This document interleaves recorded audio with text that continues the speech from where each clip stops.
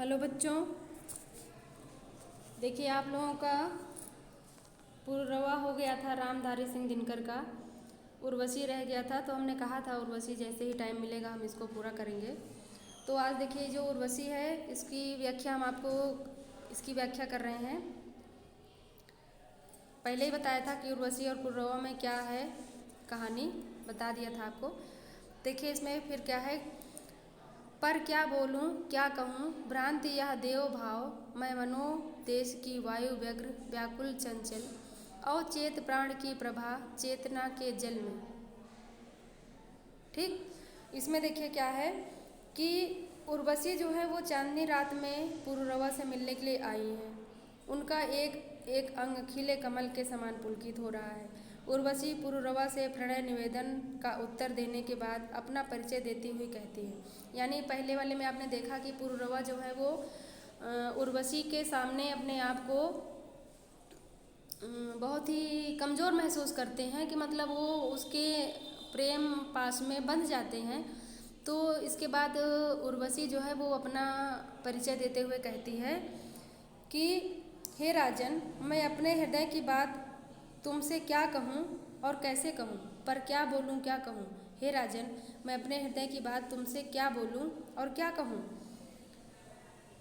भावावेश के कारण उन सभी बातों को कहना और भावों को व्यक्त करना संभव नहीं है।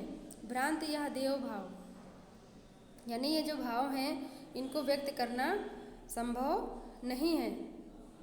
शरीर का यह वह सौंदर्य एक दिखावा, छलावा और धोखा मात्र है। इसे उन्माद और पागलपन भी कहा जा सकता है। ठीक, कहती हैं कि यह जो शारीरिक सौंदर्य है यह एक छलावा या एक दिखावा भी हो सकता है। मैं तो वास्तव में काल्पनिक और मानसिक देश की उत्कंठा और व्याकुलता से परिपूर्ण वायु हूँ। कहती हैं कि यह जो भ्रांति या जो शारीरिक आकर्षण है, शारीरिक सौंदर्य केवल एक भ्रांति मात्र है। ठीक है, भ्रांति यह देह मात्र, देव ये जो भावना है ये सब केवल एक भ्रांति मात्र है। मैं मनोदेश की वायु व्यग्र, मैं तो वास्तव में काल्पनिक और मानसिक देश की, ठीक है, काल्पनिक और मानसिक देश की उत्कंठा और व्यग्र यानी उत्कंठा, व्याकुलता यानी व्याकुलता से परिपूर्ण एक वायु हूँ, एक वायु हूँ। ठीक, चंचल अवचेतन प्राण की प्रभा, मैं अवचेतन प्राणों का प्रकाश हूँ। ठीक, मैं चंचल और अवचेतन प्राण हूँ, प्राणों का प्रकाश हूँ, प्रभा यानी प्रकाश हूँ। चेतना के जल में मैं रूप रंग रस गंध पूर्ण साकार कमल, और चेतना के जल में पूरी तरह से विकसित रूप रस और सुगंध से परिपूर्ण कमल हूँ। मैं चेतना के जल में पूर्ण रूप से खिला हुआ रूप रस गंध से युक्त मैं एक खिला हुआ संपूर्ण कमल हूँ। ठीक, विकसित रूप रस सुगंध से परिपूर्ण मैं एक कमल हूँ। ठीक है, मैं नहीं सिंधु की सुता, मैं समुद्र की पुत्री लक्ष्मी भी नहीं हूँ। तलातल अतल वितल पाताल छोड़, मैं गहरे पाताल को छोड़ करके समुद्र के गहरे नीले जल को भेद कर प्रकाशपूर्ण फेन के महीन रेशमी वस्त्र पहनकर। ठीक, मैं नहीं सिंधु की सुता, मैं समुद्र की पुत्री लक्ष्मी भी नहीं हूँ। तलातल अतल वितल पाताल छोड़, जो कि मैं इन पाताल को, गहरे पाताल को छोड़ करके समुद्र के नीले समुद्र को फोड़ शुभ्र, नीले समुद्र के को भेद करके, नीले समुद्र के नीले रंग को भेद करके मैं शुभ्र यानी प्रकाश युक्त झलमल फेन अंकुश में प्रदीप। ठीक, प्रकाशपूर्ण फेन के, झलमल यानी महीन, ठीक, फेन के महीन रेशमी वस्त्र पहनकर, ठीक, फेन के महीन रेशमी वस्त्र पहनकर नाचती उर्मियों के सिर पर मैं नहीं महातल से निकली, यानी समुद्र की लहरों के मस्तक पर नाचती हुई मैं नहीं निकली हूँ। ठीक, यानी मैं समुद्र की पुत्री लक्ष्मी भी नहीं हूँ, जो गहरे पाताल को भेद करके समुद्र के नीले रंग को भेद करके फेन से महीन और शुभ्र यानी प्रकाश से युक्त फेन के महीन रेशमी वस्त्र को पहन करके समुद्र के लहरों के मस्तक पर मैं नाचती हुई नहीं निकली हूँ। आगे अपना परिचय देती हुई और बताती हैं, मैं नहीं गगन की लता। कहती हैं कि मैं गगन की कोई लता भी नहीं हूँ। तारकों में पुलकित फूलती हुई, जो कि तारों के समूह में फलती और फूलती हुई, पुलकित यानी प्रसन्न होती हुई फूलती रहती है।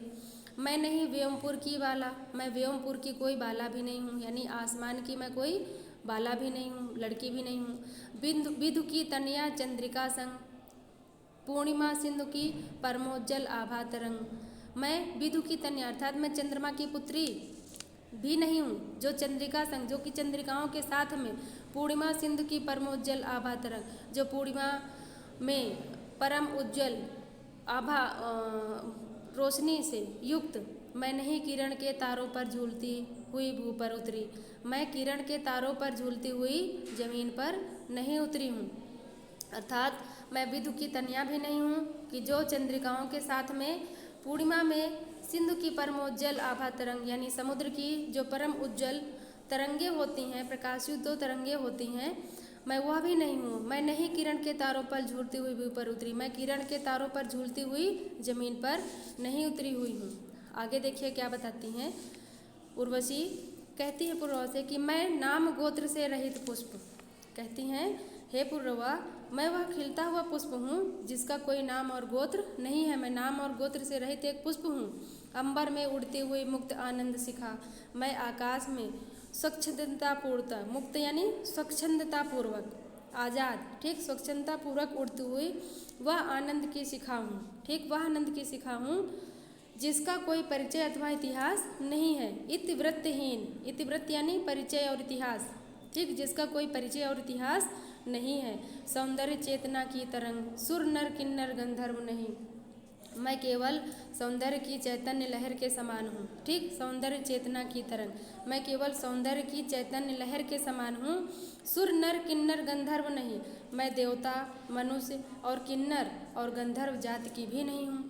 सुर यानी देवता, नर यानी मनुष्य, किन्नर यानी किन्नर, गंधर्व यानी गंधर्व, यानी मैं मनुष्य, देवता, किन्नर, गंधर्व के जाति की भी नहीं हूँ। प्रिय, मैं केवल अप्सरा, विश्व नर के अतृप्त इच्छा सागर के समुद्भूत। कहती है, प्रिय, मैं केवल अप्सरा हूँ और मनुष्य में न तृप्त होने वाले इच्छा रूपी सागर से उत्पन्न हुई हूँ। अर्थात उर्वशी कहती हैं कि हे प्रिय, मैं तो केवल अप्सरा हूँ जो कि विश्व नर के अतृप्त इच्छा सागर से समुद्भूत, जो मनुष्य में न तृप्त होने वाली इच्छा रूपी सागर से मैं उत्पन्न हुई हूँ। यानी ऐसी इच्छा रूपी सागर मनुष्य की जो कभी भी तृप्त नहीं होती, उससे मैं उत्पन्न हुई हूँ। आगे बताती हैं, जन जन के मन की मधुर वही, प्रत्येक हृदय की उजियाली।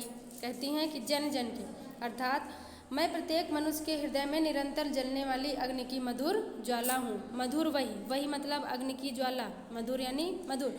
मैं मनुष्य के हृदय में निरंतर जलने वाली अग्नि की मधुर ज्वाला हूँ। मैं उसके हृदय में नारी की उत्कृष्ट कल्पना के रूप में निवास करती हूँ। ठीक, प्रत्येक हृदय की उजियाली, मैं उसके हृदय में उत्कृष्ट कल्पना के रूप, मैं उसके हृदय में नारी की उत्कृष्ट कल्पना के रूप में निवास करती हूँ। नारी की मैं कल्पना, चरम नर के मन में बसने वाली, अर्थात मैं मनुष्य के नर में नारी के रूप में, नारी की उत्कृष्ट कल्पना के रूप में निवास करने वाली हूँ। विषधर के फण पर अमृत व्रत, मैं सर्प के फण पर लगा हुआ तिलक हूँ। विषधर के फण पर अमृत व्रती, ठीक, यानी मैं सर्प के फण पर लगा हुआ तिलक हूँ। अर्थात जब मनुष्य मानवता को भूलकर क्रोध रूपी भयंकर विष से फुफकारता है, तब मैं उसके मस्तक पर अमृत की मधुर बत्ती रखकर उसे शांति प्रदान करती हूँ। जैसे सांप के फन पर एक निशान बना होता है तिलक के समान, तो कहते हैं कि मैं सर्प के फन पर लगा हुआ तिलक हूँ। अर्थात जब मनुष्य जो है वो क्रोध में भर करके भयंकर विष फुकारता है या निकालता है, तो मैं उसके मस्तक पर अमृत की मधुर बत्ती रखकर उसे शांति प्रदान करती हूँ। उद्दत अदम्य निर्भर बल पर, मैं मानव की उदंड, उद्दत यानी उदंड, अदम्य यानी अदमनीय, बर्बर यानी बर्बर शक्ति पर अपने रूप का अंकुश लगाकर उसे कमल की नाल के समान छीण कर देती हूँ। ठीक, आगे देखिए, उद्दत अदम्य बर्बर बल पर, यानी मैं मनुष्य की उदंड, बर्बर और अदमनीय जो शक्ति है उसके ऊपर मैं अपने रूप का अंकुश लगा करके, रूपांकुश क्षीण मृणाल तार, मैं उस पर अपने रूप का अंकुश लगा करके उसे मृणाल यानी कमल की नाल के समान मैं उसे कमज़ोर बना देती हूँ, की तरह मैं उसे क्षीण कर देती हूँ। मेरे सम्मुख नत हो रहते गजरात मत, कहती हैं उर्वशी कि मेरे सामने मदमस्त गजराज सिंह, ठीक, मेरे सम्मुख नत हो रहते गजराज मत, मेरे सामने मस्त गजराज भी और मदमस्त गजरात और किसको, केसरी यानी सिंह, शरभ यानी सरभ और शार्दुल यानी चीते, ठीक, भूल निज हिंस्र भाव, सभी लोग अपने हिंसक पशु रूपी भावना को भूल करके, ठीक, मेरे सम्मुख जो मदमस्त गजराज है वह भी नतमस्तक रहता है। सिंह, शरभ और चीते आदि सभी हिंसक पशु रूपी बर्बर पुरुष अपनी स्वाभाविक हिंसा को छोड़ करके घर के एक पालतू पशु के समान व्यवहार करने लगते हैं, ठीक, गृह मृग समान निर्विष्ट अहिस्र बनकर जीते, मेरे सामने जो हिंसक पशु हैं यानी मनुष्य रूपी जो हिंसक पशु है वह भी अपनी स्वाभाविक हिंसा को त्याग करके मेरे सामने गृह में यानी घर के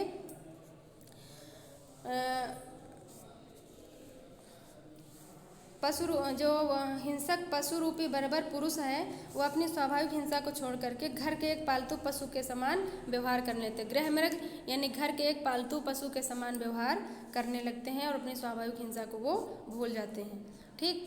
आगे देखिए क्या कहती हैं, मेरी भू स्मृति को देख चकित विस्मित विभोर, कहती हैं कि बड़े बड़े वीर भी, ठीक, मेरी भौहों के सुंदर विलास को एकटक नेत्रों से देखकर आश्चर्यचकित हो जाते हैं।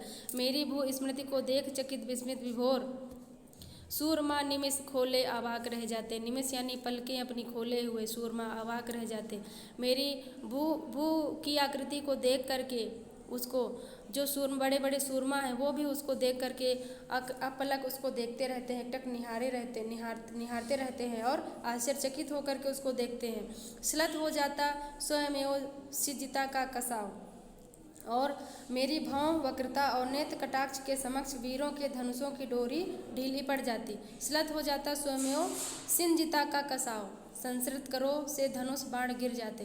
कहती हैं कि उर्वशी कहती है कि मेरे भौहों की वक्रता यानी जो मेरी भौहें हैं, जो टेढ़ी भौहें बनी हैं धनुष के समान, उसको और नेत्र के कटाक्ष को देख करके वीरों के धनुष की डोरी जो है वो ढीली पड़ जाती है, श्लथ हो जाता है यानी ढीला पड़ जाता है, कसाव उसका जो है वो ढीला पड़ जाता है।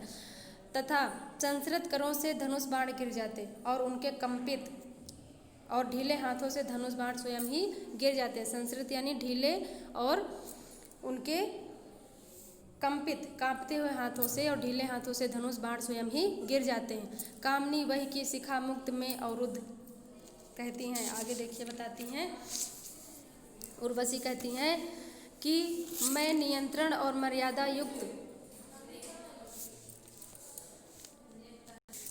कहती हैं कि मैं नियंत्रण और मर्यादा युक्त कामना रूपी अग्नि की वह प्रज्वलित शिखा हूँ जिसे बड़ी कठिनता से दबाया या शमित किया जा सकता है। मैं सदा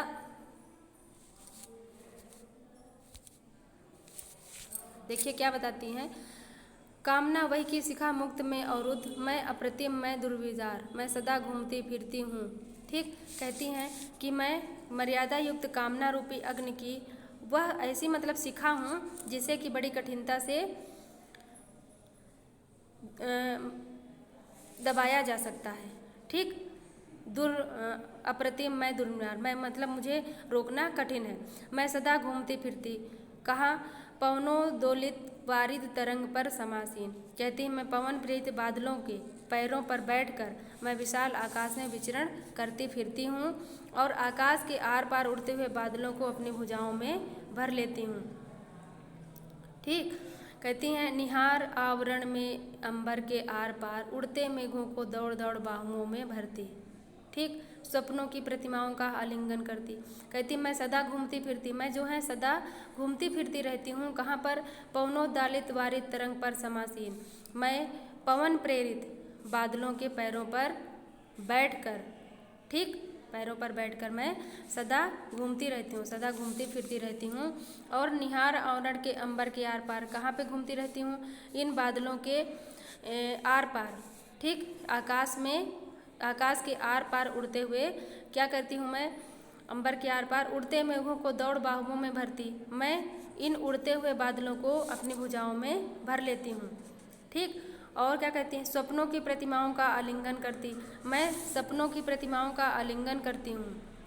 ठीक, और देखिए क्या बताती हैं, विस्तीर्ण सिंधु के बीच शून्य एकांत द्वीप यह मेरा उर मतलब हृदय, यह जो मेरा विशाल हृदय है ये सागर के मध्य उभरे हुए एकांत द्वीप जैसा है। ठीक, यह जो मेरा हृदय है यह सागर में उभरे हुए एक द्वीप के समान है। ठीक, सागर के मध्य में उभरे हुए एक द्वीप के समान है। विस्तीर्ण सिंधु के बीच शून्य एकांत द्वीप यह मेरा उर, देवालय में देवता नहीं केवल मैं हूँ। आगे बताती हूँ उर्वशी कि जिस प्रकार सागर की उठती गिरती लहरों के मध्य अविचल और शांत द्वीप स्थिर रहता है, उसी प्रकार मेरा हृदय है, मैं आकाश रूपी निराशाओं से विचलित नहीं होती। यानी आकाश में जो निराशाएं होती हैं वो आशा और निराशा होती हैं, यानी आशा और निराशा से मैं विचलित नहीं होती हूँ। जैसे समुद्र जो है, समुद्र के बीच में द्वीप जो है वो स्थिर रहता है, उसी प्रकार से मेरा मन जो है वो हमेशा स्थिर रहता है, आशा और निराशा से मैं विचलित नहीं होती हूँ। और संसार के समस्त धर्म दर्शन आस्था विश्वास करुणा प्रेम के मूल में मैं ही हूँ। ठीक, यानी संसार में जितना भी सब कुछ है सबके मूल में मैं ही हूँ। आगे बताती हैं कि देवालय में देवता नहीं केवल मैं हूँ। कहती हूँ कि मंदिर में देव प्रतिमा की चंदन गंध में, अर्चना में, मधुर कंठ स्वरों में, पायलों की मधुर झंकार में मैं ही मुखरित होती हूँ। ठीक, देवालय में देवता नहीं केवल मैं, कहती हैं देवालय में देवता नहीं केवल मैं हूँ। किसमें मैं हूँ, मेरी प्रतिमा को घेर उठ रही अगर गंध, मेरी ही प्रतिमा को घेरे रहती है हमेशा अगर गंध, जो सुगंध होती है, गंध होती है, वह मेरी ही प्रतिमा को घेरे रहती है। भू नभ का सब संगीत नाद मेरे निस्सीम प्रणय है, प्रणय का है। कहती हैं कि मंदिर की देव प्रतिमा में, प्रतिमा की चंदन गंध में, अर्चना की मधुर कंठ स्वरों में, पायलों की मधुर झंकार में मैं ही मुखरित गंधित झंकृत हो रही हूँ। ठीक, कहती हैं, और क्या कहती हैं, भू नभ का सब संगीत नाद मेरे निस्सीम प्रणय का है। पृथ्वी और आकाश के बीच अर्थात संसार में संगीत लहरियों में, मधुर राग में मेरा ही अंतः स्वर सुनाई देता है। सब मेरा ही स्वर है इसमें, जो सबको वशीभूत और आकर्षित करता है। सारी कविता जयगान एक मेरी त्रैलोक विजय का है। संसार के समस्त गीत काव्य मेरे ही आकर्षण के विजय गीत हैं। ठीक, सब मेरे ही आकर्षण के विजय गीत हैं। संसार के रज रज कण कण में मैं ही व्याप्त हूँ, समाहित हूँ। सर्वत्र मेरा ही अस्तित्व और प्रभुत्व है, अर्थात संसार की समस्त कलाओं, क्रिया, व्यापारों, प्रेरणाओं के मूल आधार प्रेम और सौंदर्य की सजीव मूर्ति नारी ही है। मतलब यहाँ पर जो है उर्वशी के माध्यम से एक नारी को दिखाया गया है और यह कहा गया है कि संसार की समस्त जो चीज़ें हैं, रूप रस स्पर्श गंध सब चीज़ें होती हैं, सब में केवल सबका आकर्षण का एकमात्र कारण जो होता है वो नारी होती है। कि संसार की प्रत्येक समस्त क्रिया व्यापारों, प्रेरणा सबका मूलाधार प्रेम और सौंदर्य की सजीव मूर्ति नारी है। क्योंकि नारी जो होती है वो प्रेम और सौंदर्य की सजीव मूर्ति होती है, प्रेम की भी और सौंदर्य की भी। सारी सौंदर्यता जो होती है प्रकृति में, संसार में, वह सब एक नारी से है। इसीलिए यहाँ पर नारी के माध्यम से, उर्वशी के माध्यम से नारी को इतना श्रेष्ठ बताया गया है। ठीक, और नारी सौंदर्य के व्यापक प्रभाव को यहाँ पर सूचित किया गया है, वर्णित किया गया है। ठीक, तो आप देखिए इससे पहले वाला जो वीडियो है उसको देखने के लिए उसका लिंक आपको डिस्क्रिप्शन में मिल जाएगा और इसको आप अधिक से अधिक शेयर करिए दोस्तों के साथ में, चैनल को सब्सक्राइब करिए। और इसके अगला वाला जो है अभिनव मनुष्य, वो हम अगला वीडियो बनाएंगे इसी क्रम में, उसको सभी लोग देखेंगे। और वीडियो पसंद आया हो तो सभी लोग लाइक ज़रूर करेंगे और कमेंट ज़रूर करेंगे। कमेंट के माध्यम से मुझे पता चलता है कि मुझे और आगे क्या करना है, अपनी कमियों को कैसे दूर करना है, या आप किस तरह का क्या चाहते हैं। ठीक है, धन्यवाद।